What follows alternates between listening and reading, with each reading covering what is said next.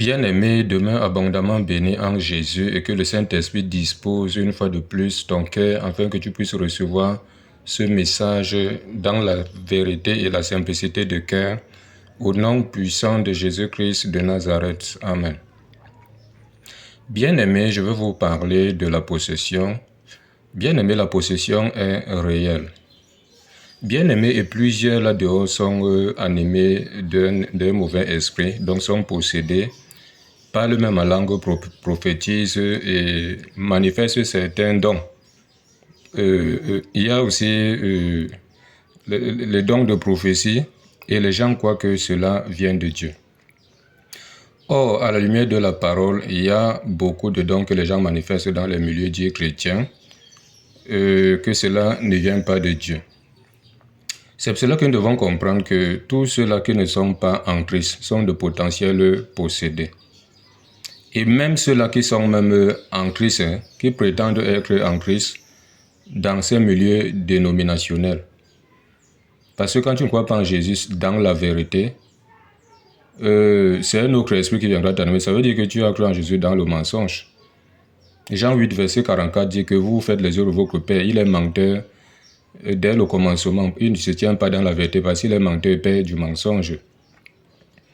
Et on sait que quand tu n'es pas en Christ, tu n'as pas l'esprit de vérité, parce que c'est l'esprit de vérité que le Seigneur vient te sceller quand tu te repens véritablement et tu t'engages dans les au nom de Jésus. Il vient te sceller maintenant de l'esprit de vérité qui est le Saint-Esprit, comme Acte 2, verset 38 le dit. C'est pour cela qu'il est très important d'être dans la vérité. De quoi en Jésus? Dans la vérité. Bien-aimé, on voit la femme à esprit de Python, Acte 16, à partir du verset 16 en descendant là-bas. Cette femme, ayant vu les disciples passer parmi lesquels Paul, elle s'est mise à dire aux gens qui étaient là que suivez ces hommes, ils sont des serviteurs de Dieu, vous enseignent les voies droites du Seigneur.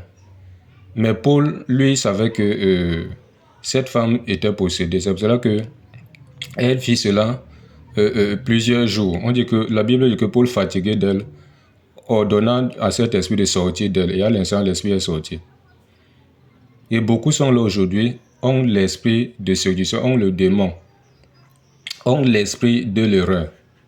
C'est pour cela que 1 Timothée 4, verset 1, nous dit, l'Esprit dit expressément que dans les derniers temps, quelques-uns abandonneront la foi pour s'attacher à des esprits séducteurs, à des doctrines de démons.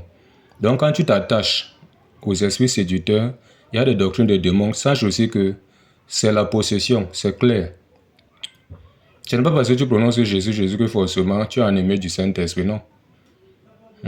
Donc comprenez que ceux qui sont de non-croyants sont de potentiels possédés, et ceux-là aussi qui se disent croyants, qui sont dans les milieux dénominationnels où il n'y a pas la vérité, sont également de potentiels possédés. Et parfois même toi-même là qui es aussi dans la vérité, si tu joues, tout le temps tu es dans la désobéissance, tu éteins l'esprit. Non seulement tu as Christ l'esprit, comme Ephésiens 4, verset 30 dit, n'a Christ par le Saint-Esprit.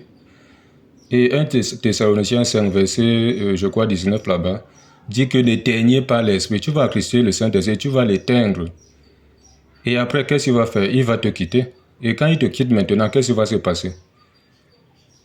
C'est le mauvais esprit qui viendra te posséder. Pourquoi? Parce que tu as passé tout ton temps à vivre dans la désobéissance, à vivre selon la chair, en fait. Romains 8, verset 8 dit que ceux qui vivent selon la chair ne sauraient plaire à Dieu. Et vivre selon la chair, ça veut dire quoi? Ça veut dire que vivre selon les plaisirs charnels, selon les plaisirs de la chair. Comme Galates 5, verset 19 à 21 le dit. Oui. Et tu ne pourras pas hériter la vie éternelle, parce que quand l'Esprit de Dieu, l'Esprit qui donne la vie, l'Esprit de vérité te quitte, c'est le démon maintenant qui vient. Et si tu demeures dans ta situation là, tu meurs dans ça, tu iras en enfer. Donc il n'y a pas de demi-mesure. C'est pour cela qu'il est important et capital d'obéir toujours à Dieu, d'être obéissant à Dieu, de craindre Dieu. C'est tellement important.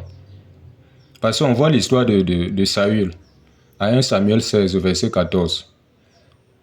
Lui qui était dans la désobéissance, Dieu s'est retiré de lui, il a retiré son esprit de lui. Et maintenant, c'est un mauvais esprit qui venait même de Dieu, hein, et qui venait le tourmenter. C'est pour ça que vous voyez même d'autres aujourd'hui disent qu'ils sont des chrétiens ou des chrétiennes, mais se plaisent dans l'impudicité. Ils sont là, ils parlent de Jésus, mais ils sont dans l'impudicité. Ils fréquentent encore des marabouts, ils se plaisent même dans ça. Ils sont encore de bons voleurs. Ils aiment le mensonge jusqu'à ce n'est plus bon. Ils sont toujours dans l'ivrognerie. Quand on veut leur parler, ils disent carrément que sauver, c'est sauver.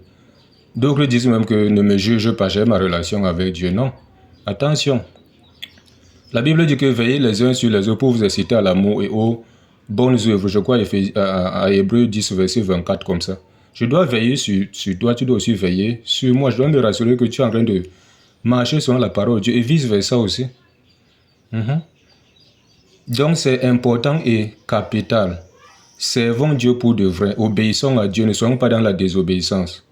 N'attristons pas le Saint-Esprit. Sinon, nous-mêmes aussi, on sera de potentiels possédés. Donc voilà un peu ce qu'il fallait que nous partageons. Demeurez davantage bénis et que la paix du cœur, la paix de l'esprit demeure toujours en vous. Au nom de Jésus-Christ. Amen.